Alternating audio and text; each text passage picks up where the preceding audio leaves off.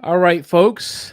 Thank you for tuning in. I have a wonderful podcast for you today. We are interviewing Kim Daly, who is a franchise expert, business coach, motivational speaker. She is very knowledgeable about the franchise industry, amongst other things. And I'm excited to actually speak to her because I have a lot of questions in general. You all know that I am in franchising myself, being a franchisor. But separate from that, just the industry of franchising always prompts questions with people who don't know much about it. And there are some fallacies about franchise. There are some people think that there are some questions that they have that are misdirected, and there's just a lot of misinformation out there. But in general, we're going to talk franchising today, maybe some other stuff. Tune in, relax. We're going to roll the intro, and then we'll get to Kim.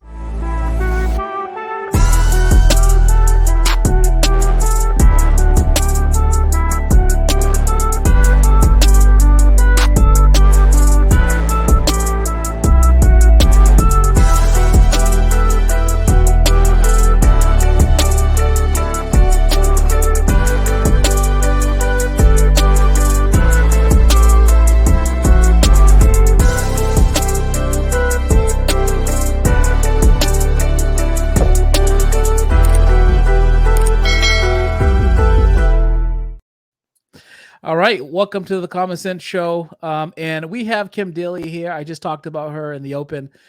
Kim has spent the last 20 years helping people achieve financial freedom by enabling them to find the perfect franchise opportunity.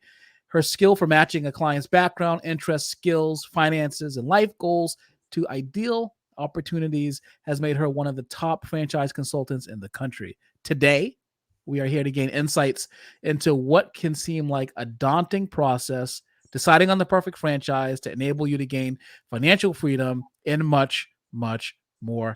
Kim, welcome to the Common Sense Show. Thank you, Micah. It's a pleasure to be here. So, you are what is a top franchise consultant in the country? You're obviously what it looks like. So, what do you do in order to get that credential? What does that even mean? It just means that I am blessed to help a lot of people learn about franchising. That's what it means. And so you must spend a lot of time overcoming some myths and ideas that people have about franchising that are not true. What are some of the most common, should we say, myths or untruths about franchising that you have to constantly battle back? I love that you even acknowledge that, because I literally spend so much time helping people. Like, I look at my role in exploring a franchise as sort of like saying yes to a franchise is like a battlefield in a candidate's mind, right? And I'm like the war general that knows where every pitfall and landmine is. And if I can successfully navigate you around your assumptions, your false expectations, those limiting beliefs, then you might be able to become a business owner. Excellent. So I'd say the number one myth in franchising is build it and they will come. People think, well, it's a franchise, right? Like, I'm just going to open my doors and people are going to flood in. Right. Like, we all wish that were true, but being a business owner means that you are accountable to creating your customer base. And yes, in a franchise, if it comes with a name brand, there's that recognition that can help, and a great location that can help. Or if you're a territory-based business where you have a marketing plan and people are finding you, but you still have to do certain things in order to attract your customers to you, right? So the second myth that comes off of that one, Micah, is, wait, so I just gave a franchisor, a $50,000 franchise fee, and now they're telling me I have to pay to advertise? Like, what did I just pay them for? Right. Yeah. Right? Okay. So the franchise fee is the one-time fee that you give to a franchisor that Kim Daly calls the cost of entry into Disneyland. The franchise fee is just buying you access to all their ready-made tools. That's the difference between an entrepreneur going out and with an idea and having to define the customer, trial and error the marketing to figure out what the customer is going to respond to and where to spend the advertising dollars and how many advertising dollars to spend and how long you're going to have to spend it, right? Mhm. Versus, and then creating the technology to help you efficiently and effectively manage a business. A franchisee pays a fee and gets instant access to all of that, right? Right. So that's why you're buying down the learning curve. So when you pay a franchise fee, yes, you still have to pay to advertise to find your customers. That's not what a franchise is. The Mhm. franchise is just defining who the customer is, how many of them you need to build a positively cash flowing business, where to spend that money to get the most bang for your buck, and Right. approximately how long it may take till you have this positively cash flowing business. So it can help to set expectations, but owners still have to wake up and execute and wake up every day and figure out where their next customer is coming from. Whether you're in a franchise or you're an entrepreneur, that is what owning a business is all about. Yeah, it's funny because I have this process so I'm in the fitness industry in terms of franchising my personal training concept. And so I've dealt with a many prospects, right? And one of the things that we speak about is, they have good questions, which some of them are, how do we launch into this area? What does the support look like? What am I getting for my franchise fee, as you mentioned just now? And then, of course, it's when do I start making money? And so the answer to that question is really, it depends, because it's the same question that you would have if you had to build it from the ground up, as you previously said. But, you know, I think that there's just this mythical idea that you purchase a franchise, and in exchange for purchasing the franchise, you get cash in your bank. And it's Right. like, that's not exactly how it goes. Exactly. We all wish it was. Now, in some cases, franchisors do the marketing for you. They'll take Mm. your advertising dollars, they'll do all the search engine optimization and digital marketing for you. They'll get your phone to ring depending on the complexity of the sale. Like some simple businesses like mosquito spraying or junk removal, those franchisors can have national call center, people answer the phone for you because it's not rocket science. Mhm. And in some of those cases, the national call center people can even, walk me the customer through the sale and take the credit card and book me as a customer into your schedule, because everybody buys a protected territory of zip codes. So that's how they field, my call back to you, the franchisee. So some franchisors can do all of that kind of back end for you. But even if they are doing that for you, it doesn't absolve a franchisee of going out and being the brand ambassador in their community, wearing the shirt and, walking into businesses that may need your product or service, or looking for what I call doing the whale hunting. Oftentimes Mhm. the marketing plan will attract the residential customer or the individual consumer, but businesses don't buy from advertising. They buy from salespeople. They buy from people Right. they know, like, and trust. So the owner can free up their time and go be the whale hunter looking for, like, let's say you have a painting company. The Mhm. residential customers are coming in through the marketing when I'm ready to paint my house or paint a room. And you can send your sales associate into my house to measure and build that relationship and sell me, while you as the franchise owner are going out and trying to bid on the church that's going to be painted or the school that's going to be painted over the summer, right? And in some franchisors have national accounts, even like CertaPro Painters, which is the largest painting company in North America.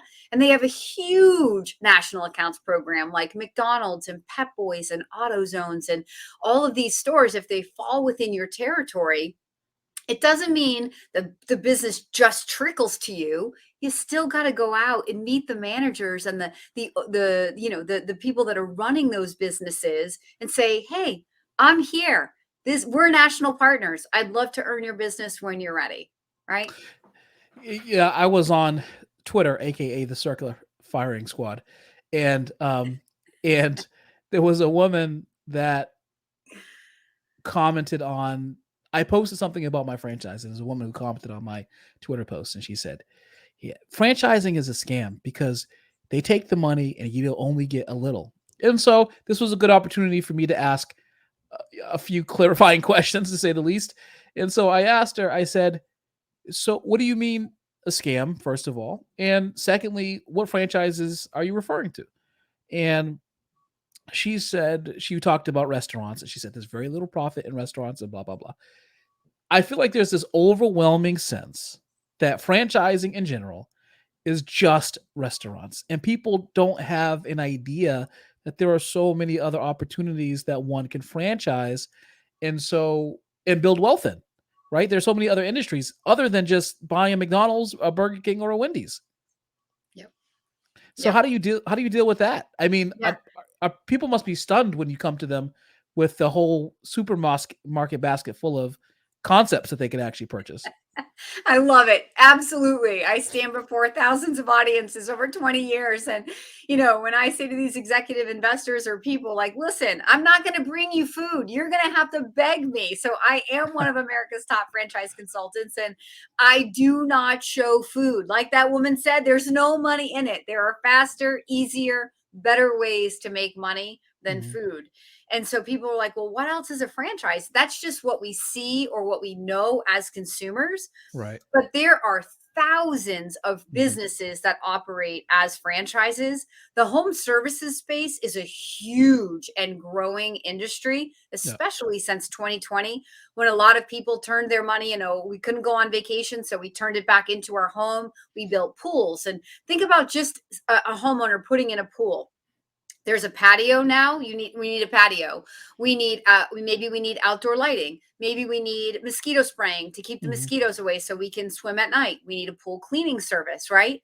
The other explosion in 2020, puppies. Everybody got a puppy in 2020. Well, think of all of the home services around a puppy. There's the people that can scoop the poop in the backyard. Yeah. There's the dog grooming companies. There's the treats and food companies. Mhm. There's dog walking and boarding. I mean, those two industries alone create dozens of franchise opportunities. There are franchises in all of those things I just mentioned. So we do things like, I tell my candidates, when you come to me, you don't have to have the idea. If you have an idea of what you think you're interested in, awesome. Right. But more than likely, once I'm done interviewing you, we may not be looking at companies in that space. Although I Mhm. do love fitness like you, Micah. I'm a fitness girl. Yeah. If you're into fitness, I definitely, or wellness, we have some really awesome franchisors. But it more than likely, I'm going to be bringing you companies that come from left field. Like I Yep. do not need you to be a widget master. I do not need you to have prior experience. I Yep. need you to have the core business skills that a franchise requires, which is either sales, Mhm. operations, or management of people, or Mhm. some combination thereof.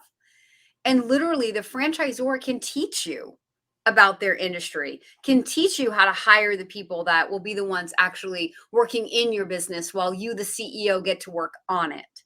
Yeah. So we have thousands of options. There is never a shortage of opportunity. I get trained on new companies every week. My inventory is always growing. Mhm. The number one criteria that I use to make a good match is the relationship. Mhm. So I, after 20 years of doing this, I know that the number one reason to invest in a franchise is for people. Right. If you want to go it alone, go be an entrepreneur. Mhm. But if you want to find people that have already figured out how to mitigate the risk of starting this business, they figured out marketing plans, customer acquisition, customer retention, they've created technology, and then you're going into business for yourself, but not by yourself, by partnering with them. So we're always trying to make like a marriage, a relationship.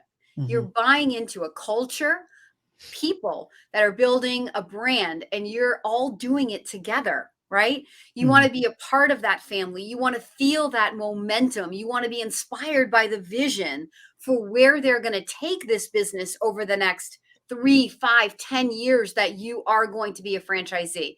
Like so many people limit themselves by saying, well, fitness, like let's just pick that, you know, What if nobody wants to work out? Nobody wants to do that in 15 years. And I'm like, Right. well, are you going to own this in 15 years? Like, if you're smart, you're going to build it to sell it. Mm-hmm. And that's probably going to happen within a 10-year period. Mm-hmm. So you don't have to worry about that. You can look back at companies like Blockbuster, right? So Blockbuster is obsolete today, but was it not a great franchise opportunity for a lot of people for many, many years? Yeah. People Right. made tons of money. Mm-hmm. So it doesn't have to last forever. It just has to be the thing that works for you, for the investment that you're looking for now to take you to the next place in your life. Because the reality is you're going to get tired of it. Every Mm-hmm. business, no matter how good it is, it's work. It is. It is. I've been in the fitness industry for 20 years, and trust me, I keep getting sucked back in. Every time I want to climb out, I get sucked back in. Um, but Well, it's a life-giving business. I mean, that's like, that's what we love about it, right? It's an right. environment just like my business where you're giving people when you give somebody I was a personal trainer too. So when you Oh, give I didn't know people that. yeah, when you give people their mobility back or they lose weight and they Yeah. feel good and they look good and their confidence goes up. I mean, it's super satisfying. Like I totally get it. It's a lifestyle business, right? It's like there's not many businesses that you can get into where you don't dread going to work on Monday. You know what your work Right. is. You're working with Right. people, and now their weekends may have been a little different than yours, but you get to kind of deal with people. There are some things in fitness, like specifically personal training, where you are, for lack of a better term, the entertainment, right? So for you, it's work.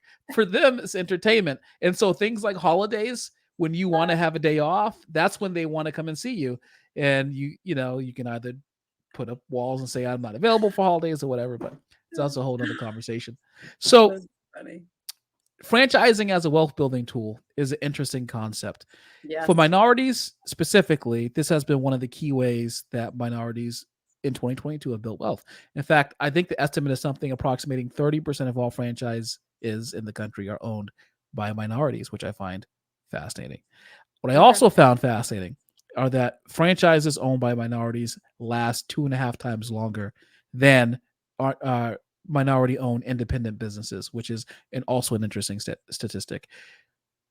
Veteran owned franchises last 3.5 times longer than veteran owned independent businesses. There's stability with franchising.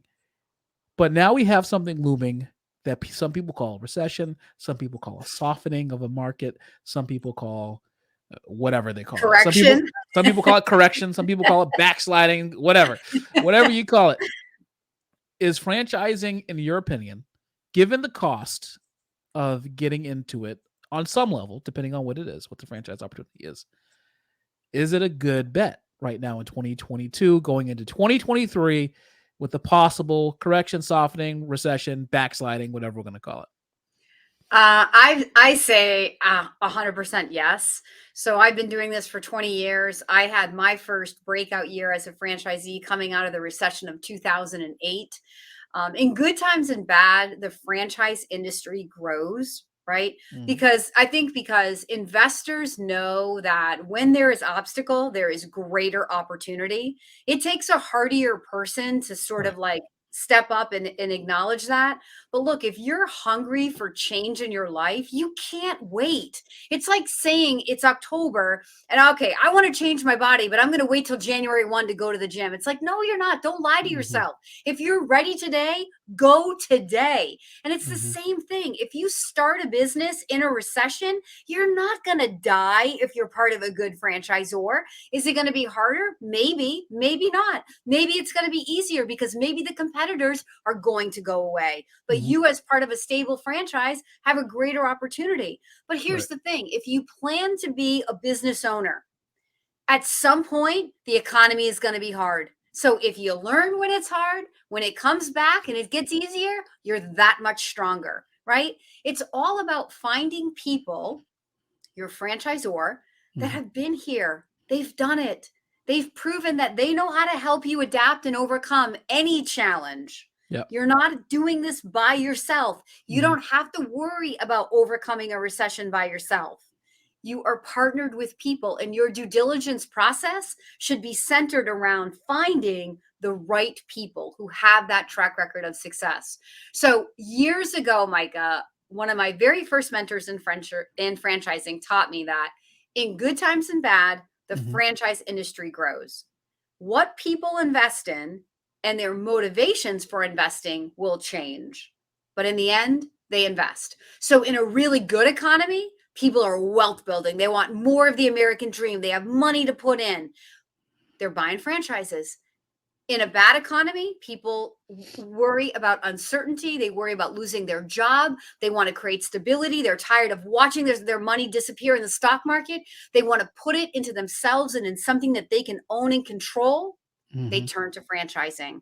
So they might be buying more, want-based businesses like massage or, wellness studios or, things like that in a good economy. But I would argue those would still sell in a bad economy. Yep. In a tougher economy, people may be looking at more essential services like, plumbing franchises or, again, home services for the homeowner that are just, no matter what, they're not trends or fads. They're just things that people need. Handyman services, right? So there's a whole litany of options that are available. And the whole reason that I have a business is to help you listeners who are inspired by this figure out the right types of businesses for you, for your investment range, for your goals, skills, interests, for your risk tolerance. Not everybody is a big risk taker. If you're a more conservative person, regardless of the economy, something that's a little more tried and true with a bigger track record of success behind it that has more staying power, like laundry or something like that, may feel better to you.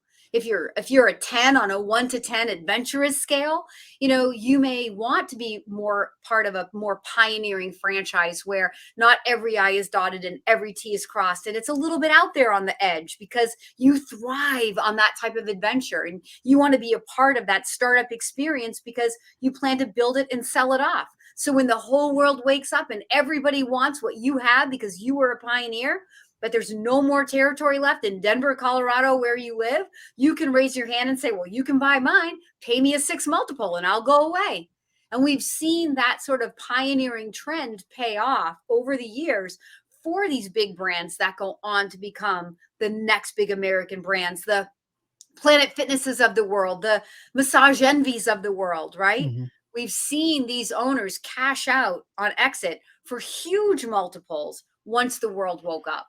But how do you find out about these brands before they are the next big Orange Theory? You work with someone like Kim Daly. So I can take a brand new concept that I just feel has awesome legs on it, has backed by strong leadership of the franchisor, has all the right, features and characteristics of it. Sure. Let's pick on Dallas, which is a great market for franchising. And let's say that Dallas on average can hold 25 stores or 25 territories. Well, that's 5 owners who all come in and buy 5 locations. That could happen for me in Dallas in a 6-month period. The entire market of this new pioneering business completely sold out in 6 months. There's not one location open. So these owners endeavor to open one, let's say it's a storefront, one storefront at a time. So the first year there's 5 stores, no one really notices it. The second year there's 10 stores, no one's really noticing it in a market of 7 million people. The third year you got 15 stores. Now you're starting to wake up a little bit. The fourth year you have 20 stores. Now you're like, wow, what is this thing? I'm starting to see it everywhere. 5 years after the market was sold, people are waking up saying, what is this? Right. I want to own one. Well, that ship sailed 5 years ago. Yeah. How do you learn about it? You work with someone like me. Well, you made a good point about earlier when you were talking about how the services don't stop regardless of where we are economically as a country. Yep. Kids are still going to stuff the toilet full of toys. Overflow the bathtub, as it happened in my house. I hate to say it. This is a little brutal, but I'm going to say it anyway. People still get killed, and crime scene cleanup is a thing. right? Yeah. Those things still And franchise. happen in Yeah. in bad economies. And so, like you said, these are opportunities where you can kind of step in. And part of the thing that people, I think, get afraid of, they look at the news, and the news is terrible for your blood pressure, number one. But number two, it's also awful if you're trying to get a real life view of how the world works. I feel Right. like people's intuition is better than the news. Like, if you feel like things that are happening in the world today, or people are thinking a certain way, or in your local area people are gravitating to a certain product or service, you're probably more right than you are wrong about that, and you should probably think and follow that line of thought to its logical conclusion. And that might end up being talking to, a consultant like you, who has a broad landscape. You talked about the Dallas market, but that's not the only market that you place franchises in. So you have an idea of how these other markets actually function and what is actually going on right now. Like, when we're looking at, for instance, placing one of our Meld Fitness and Wellness studios in a territory, we look at two things. One of many things, but these are two of many things. So one of them is fitness a is it a growing passion in the area, or is it an established function and people are already competent about fitness in the area? And so one of the best areas of the country right now for fitness to go into is the Texas market, the Bible Belt, right? These are all places where fitness, before, people wouldn't even think about putting fitness places, because it was more of a coastal specific function, and a coastal specific genre of franchising. But, like, without having a global mindset and thinking outside the box and actually observing how the world works and reading actual reports about where consumers are going, that I think that people are going to miss the boat. And you it's better to be a day early than a day late, for sure. Right. Well, and also in certain instances, there's a buffer. So when I'm going through my list of questions with candidates and getting to know them and understand them, I'm going to ask, like, do you want to sell products and services that people want or what people need? Because I want to sort of see Right. like where their head goes. If they focus on the recession and, Mhm. I want that essential service, or, hey, no, like I understand you're going to make more money selling people what they want versus what they Mhm. need, which is always true. But the core of that conversation where I eventually get the candidate is, okay, but who's to say what is a want or a need except for the person who's spending the money? So my gym membership is a need. Like, I go to the gym 6 days a Right. week. I'm not exercising outside. Mhm. Times would have to be really, really tough. And you know what? Even if they were tough, I'd need that gym membership more than I would before. So Mhm. one who doesn't exercise could be like, oh, people are going to give up their gym membership, right? Because Right. they don't understand the mentality of those of us people, weirdos, who want to be in the gym all the time to de-stress and to improve our bodies because it keeps us functioning. Mhm. So and then there's a pocket of America that, regardless of what's happening in the world, they're going to pay for tennis lessons, keep their gym membership, get a regular massage, pay for a manicure. They're going to do these things, recession or not. Mhm. So, what it comes back to when you're a business owner or thinking about becoming one, again, it's partnering yourself with a franchisor who can show you who their customer is and demonstrate through a track record that they understand how to attract that customer.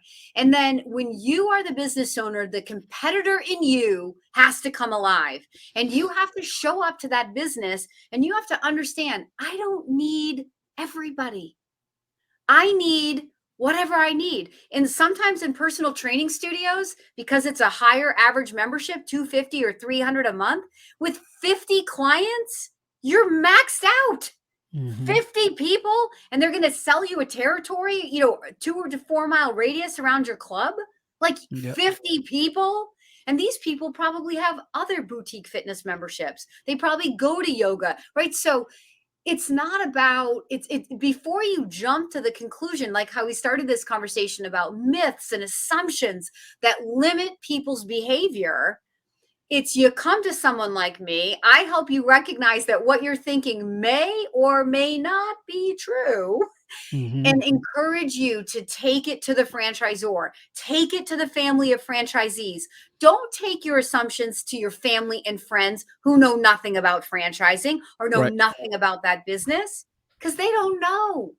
You got to Yeah. go inside the franchise to the people who represent the brand, to the other franchisees that are working this system to say, how is it working for you? Are you worried about a recession? Are you worried about paying these fees? Because Yeah. if the people who are doing it are not worried, then maybe there are answers there for you that will help ease your concerns. In my opinion, I don't see why most people don't see franchising like real estate. To me, it's very, with the exception of actually owning dirt and things around that, and in some cases, franchises you may, depending on what the franchise is. But like celebrities or entrepreneurs who are on a celebrity level often have a interesting view of franchising. They often own different concepts, multiple locations of different concepts, and they put it inside a wealth portfolio. So for them, it's about returning investment dollars, a return on their cash invested. And for the common person who's getting into it, yeah, they're thinking about the upfront fee, and they ultimately have these dreams of this life on a boat on the lake or something, and they're retired. But at the end of the day, I feel like people should view franchising like they view real estate. It's input versus output. And how much money am I going to put in? What are the statistics around how, after I put in the money, how much is it going to take me to ramp? What's potentially going to be my return on money? Because even with real estate, your money is not guaranteed to come back to you at the same rate, despite you already having a massive Excel sheet with all these inputs in there that tell you how much your property is going to appreciate after you do that, right? Especially now that property values are kind of receding just a bit. So, um, you know, do you think that there is a perception problem with how people view wealth in general, portfolio building, and their role in it as a franchise, as a prospective franchisee? Absolutely. But I mean, this is again why I have spent 20 years, hosting live events and educating people on really how to build wealth in a franchise. So, since you're talking real estate, I mean, I look at the franchise is an investment. First and Mhm. foremost, it's an investment. That's why we're not buying passions, we're not buying hobbies, we're buying businesses that have to produce a financial return. Right. But more than that, most people are also looking for some quality of life gain, especially if they're leaving a W 2 job or they're going to keep their W 2 job while they ramp their business. They're looking for long term freedom, control, and stability. So, Mhm. money and quality of life drive passion for that investment business, right? Mm. Not, hey, I got to do something I love in order to be passionate about it. No, because if you do what you love and it doesn't make you money or you become enslaved to it, you're not going to love it for very long, right? So there's Right. that part of that. But like a real estate investment, the wealth in a franchise will always be created through scale. So it will never be about one of anything. When you're an investor, it's not about one apartment. It's about how do I leverage my time to own 10 or 20 rooftops or door fronts, right? The same thing in a franchise. We can scale our wealth in a franchise using humans. So we can look at revenue per team. We can Mhm. scale, think of like a cleaning company, right? Yep. Where how many people per week can one cleaning crew clean? And Mhm. then we can look at revenue per truck. So we can scale using equipment or trucks like a junk removal company. So we're looking at, revenue per truck. Mhm. Or we can look at revenue per location. Okay, so that location can gross me 500,000, which nets to the owner 100,000, but I want to Right. make 500,000. So ultimately over time, I need to be able to build 5 of those things in my geographical area. Right. So when I work with candidates, we start with the end in mind. I want to Mhm. know, what is the vision of your future? What Mhm. are you using this business for? Yep. Because some people are using it for job replacement. Some Mhm. people are using it for wealth building, some both. Some people are like Kim, I lost my job. I want to dive in full time. Some people are saying, I still have my job. I'd like to keep my job. Is it possible for me to ramp a business without being there full time? And the answer is 1,000% yes. with the right franchise. Not Right. every franchise allows semi-absentee ownership, but I absolutely work with all the great ones that do. Hmm. So we look at your goals, where you want to end up, the amount of money you can comfortably and safely afford to put in today, right? And we talk about those returns. And I can't make earnings claims, but I absolutely am going to frame people's thinking around what the reality is. And again, anything's possible. You just have to have the scale to be able to achieve it.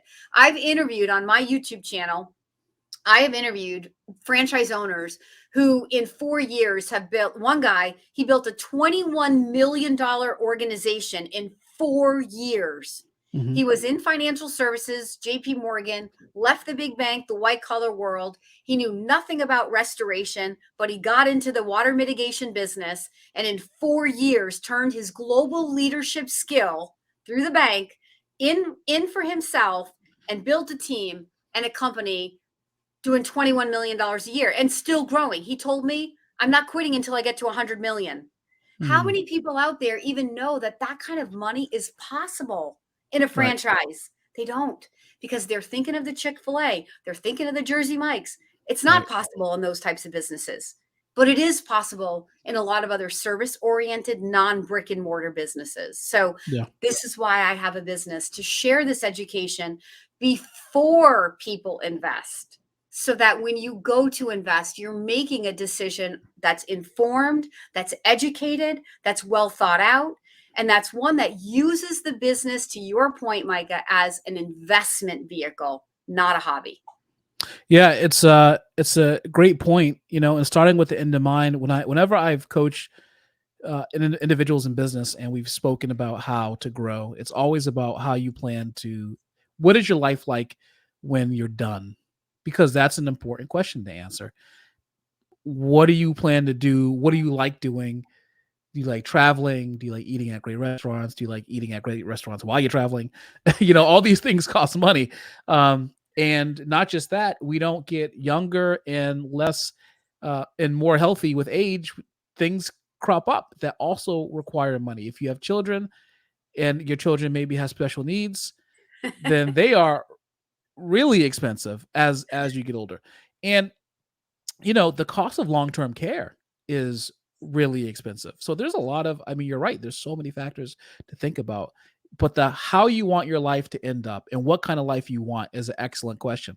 Because if a person just wants to find meaning in their life by working with their hands, then there's a franchise for that. And they can work with their hands, they can build as much money as they want, and then they can close it. But Yeah. if a person wants to pull a Robert Kiyosaki cash flow quadrant and go from employee to self-employed to business owner to investor, then they can do that with franchising. And that's really important.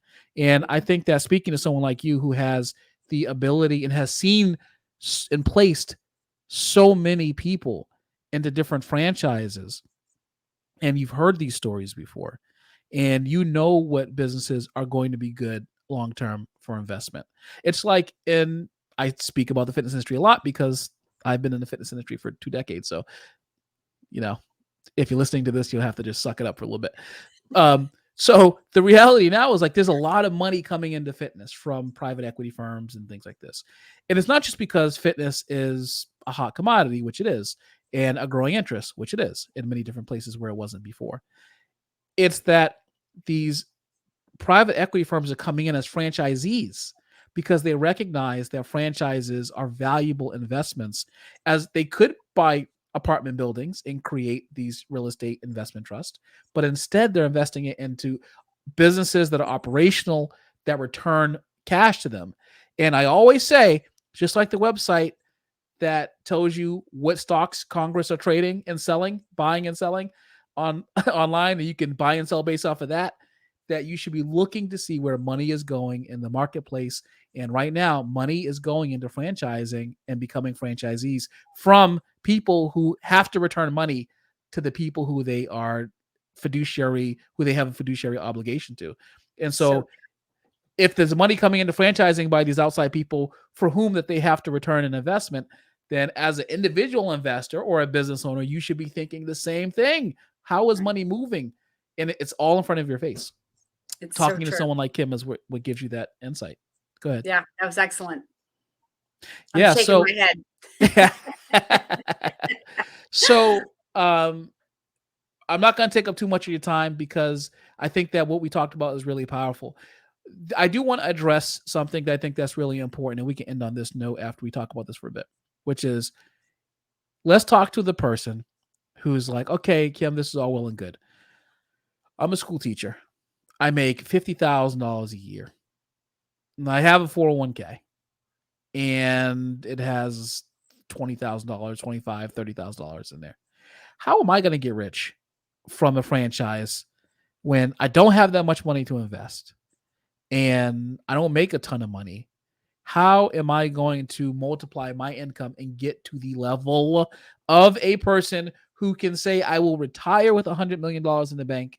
If I want to try to do that, how in the world do I get there? Aren't franchises way too expensive and cost prohibitive for me to get into? I love it. I love the case study. So, the way that you're going to do it is the way that anybody else would do it, one business at a time. So, what I would say is, yes, it takes money to make money, but there's another myth out there that if I put in more money, then that's going to give me a better return, and that is absolutely untrue. So in a franchising, and this is something that I in my one of my early conversations with candidates before we ever start talking about specific franchises, I educate every single person what their money buys. So I have a little 10-minute setup that teaches you what every franchise business costs and why. So before I ask you what you think is a comfortable and safe level of investment for you, I'm going to teach you what your money will buy. So I'm going to make the correlation between money and time. So it's money and time that are correlated, not money in and money out.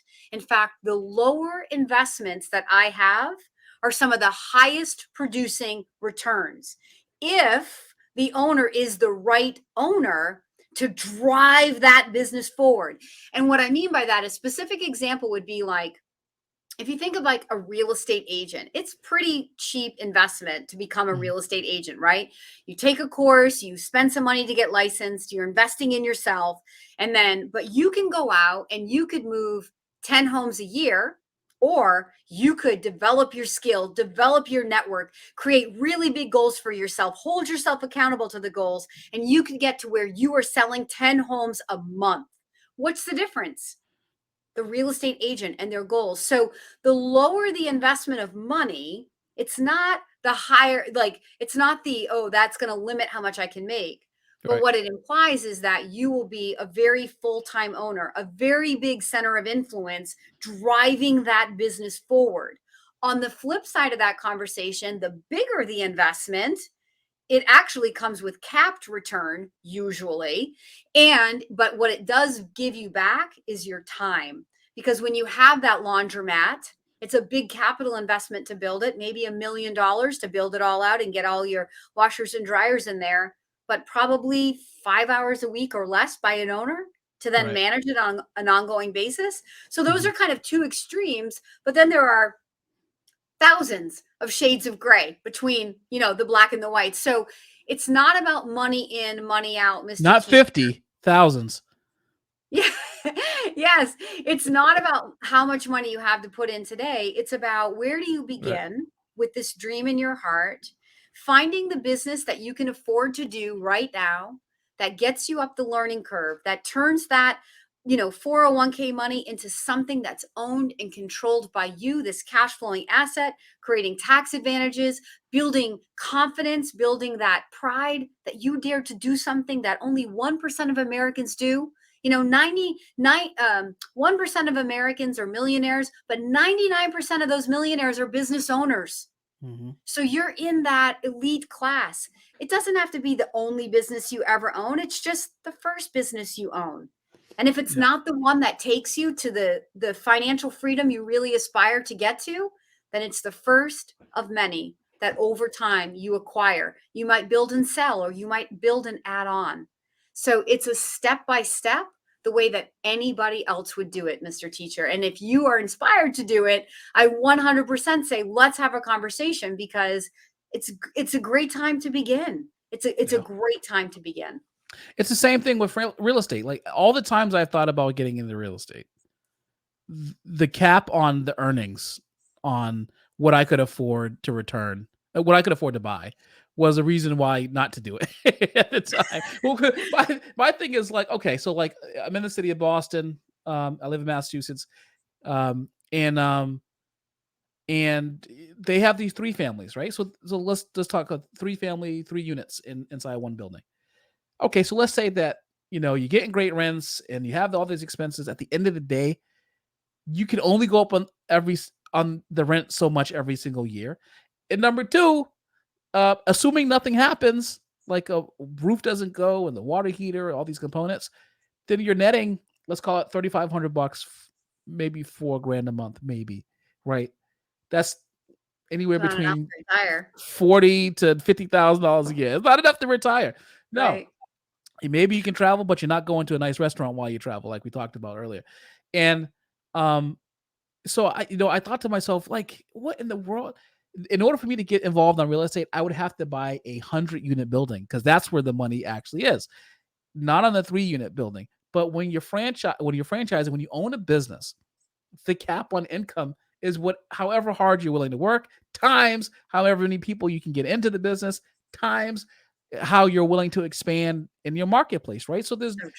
it's like you're not capped at like $4,000 a month on one property that Yeah. you either have to hire someone to go and plunge, or you have to go there at 3 a.m. and plunge the little kids' toy Thomas train out of the toilet yourself. Exactly.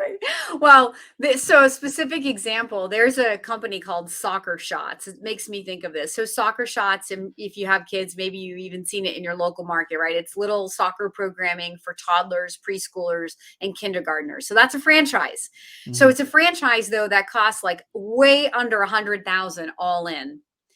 Because you're literally renting the field from the school on the weekend when they're not there. And you're going to pay a little bit of rent relative to the number of kids that are going to show up to play soccer. And the more fields that you can secure and the more programs that you can run, the more money you can make. There's Mhm. very, very little fixed costs with this. You have the cost of your coaches, and you have a little bit of cost in rent for that field, but that's Mhm. it, and marketing. So one of their top franchisees, not to make an earnings claim, but one of their top franchisees does over $3 million Mhm. in soccer revenue at like a 90% net margin Listen to from a that, people.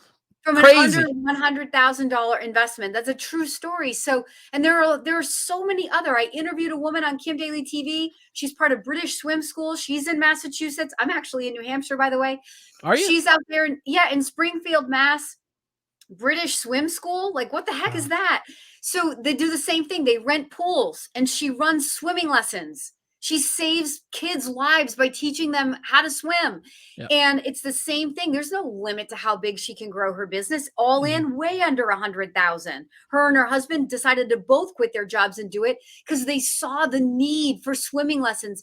Parents were telling them, I was on a wait list for a year, especially because pools were closed during COVID and all these kids needed swimming lessons. And now there's new kids who need swimming lessons. And the demand for it is so big. They were like, we can go out and secure pools and hire college kids who maybe were swimmers in high school who want to, or lifeguards in the summer who want to teach swimming lessons, or just someone who likes to play with kids and isn't afraid to get in the pool Mhm. to go teach. And the more pools that they can sign up, the marketing that they can do, and they're turning that what typically is a sunk cost in a gym or in a rec center, a pool, into a revenue stream. It's a win-win for both sides. So the husband goes out and secures the pools and negotiates the deals, and the wife is managing. She was an HR professional. She's hiring and coaching her team of swim instructors, and she's like, Kim, it's awesome. She's like, we watch these families come together at swim lessons. They didn't even know they were neighbors, and now these moms are like hanging out outside of swimming Wow. lessons. It's awesome. And Yeah. who would know that that's a franchise? It's a franchise, and it's a big franchise. Low investment, big healthy margins. That's awesome. That's really, really cool. I like that case study as well. All right. I have a hot seat question for you. Question of the day. All right. So the question of the day is, I have just average credit. How big of a factor is credit factoring in when you're trying to buy a franchise? I think it's really important. So I'm not the financing or lending expert. I have the people who do that at my disposal for you. If financing is an issue, or you feel your credit's going to be an issue, before we even begin exploring franchises, I'm going to lead you to my financial people to get you pre-qualified. Because sometimes when I'm like, oh, I don't even know if I can help this person, they come back and go, oh, yeah, no, their credit's great. And their debt to income ratio is great. Like, we could give them an unsecured line of credit for up to 250. And I'm like, oh, so now we have a number that I can create some options with. And then on the flip side, if it's the candidate that's worried, like, I don't know, like, this is the reality, Kim, or hey, I have a bankruptcy on my credit report. I'm like, you know what? I don't know if that will impact us. Let's see what the lenders say, because they may say, yeah, you know what? That it will impact for certain types of businesses, but not these types of businesses. So it'll just allow us to be more focused on what, is going to work for you right from the beginning. So I'm going to stay in my lane and say, I can't answer that question, Micah, but I will absolutely lead my people to the people who can expertly answer that question and even get you pre-qualified. Yeah, no, fair enough. How can people contact you if they want to learn more about franchising, see what's in your quote supermarket? That's my term. So two For different things. So brands. my website is The Daily Coach, Daly, thedailycoach.com. I have so much information up there, but even better than that is my ever-growing YouTube channel. I have over 400 videos on franchising, myth busting, value proposition, those evil fees, and how dare those franchisors, interviews with top performing franchisors and their top performing franchisees, mindset coaching. I have a whole series called The Daily Grind, which is just about being successful and how to not fail once you say yes. So over 400 videos growing every week at kimdaly.tv. So either place, my website or my YouTube channel, you can find my contact information if you're inspired. And my services are free. We didn't say that, but you never pay me any money. There's no risk. There's no obligation. So just reach out. I love it. Kim, thank you for coming on to the Common Sense Show today. Appreciate your insights. You have been awesome. I didn't know that you were a neighbor, but now that you are, then we can talk franchising on a regular basis. Go check out her YouTube channel, Kim Daly. Kim Daly TV? Yep, kimdaly.tv, and that's Daly. There you go. All right, folks, that was an awesome interview I had with Kim today. She has a lot of, obviously, franchise insights. she is a rock star in the look, I brought on the top consultant in the country, the top consultant. She probably would say she's not the top consultant. I'm telling you, she's the top consultant. She is amazing.